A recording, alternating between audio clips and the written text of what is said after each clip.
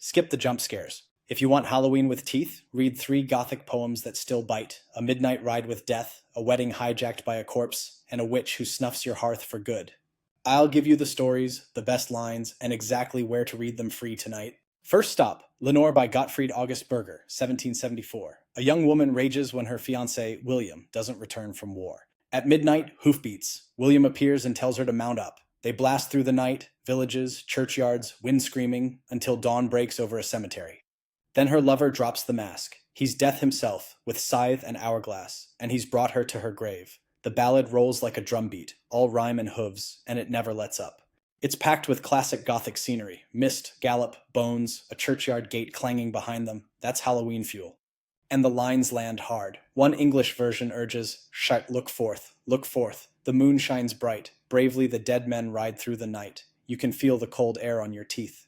Then the reveal. Fleshless and hairless, a naked skull, a scythe and a sandglass the skeleton bore. That image invented nightmares. Bürger's ballad kicked open the door for early horror across Europe. Imitation after imitation, all chasing that spectral ride.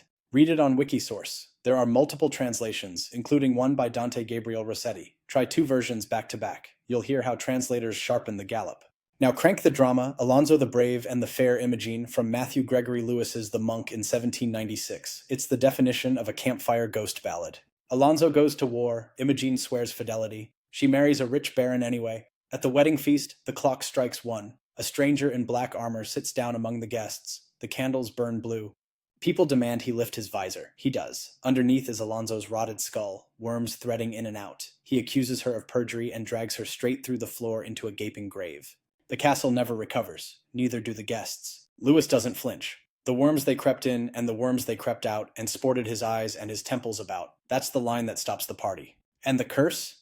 My ghost at thy marriage should sit by thy side, should tax thee with perjury, claim thee as bride, and bear thee away to the grave. Blood oath, fulfilled.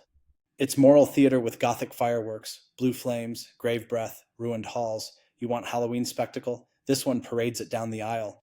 Read it free on Project Gutenberg inside the Monk or in public domain anthologies. It's fast, lurid, and it sticks. But what if your horror whispers? Mary Elizabeth Coleridge's The Witch, 1896, barely raises its voice and still freezes the room.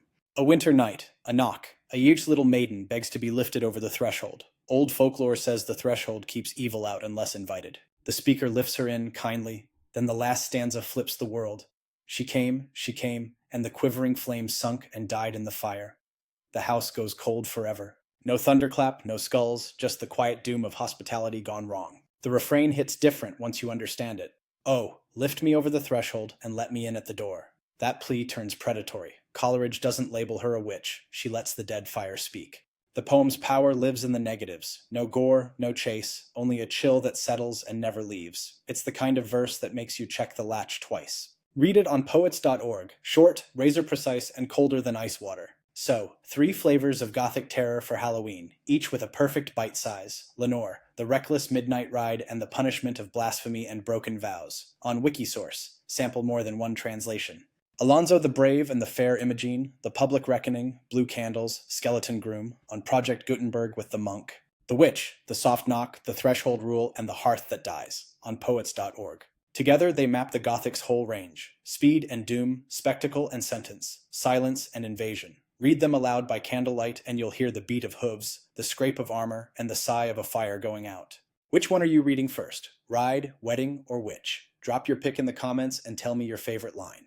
If you want more haunted pages from the long 19th century, subscribe and stay with us. Until next time, keep your candles lit and your prefaces loaded.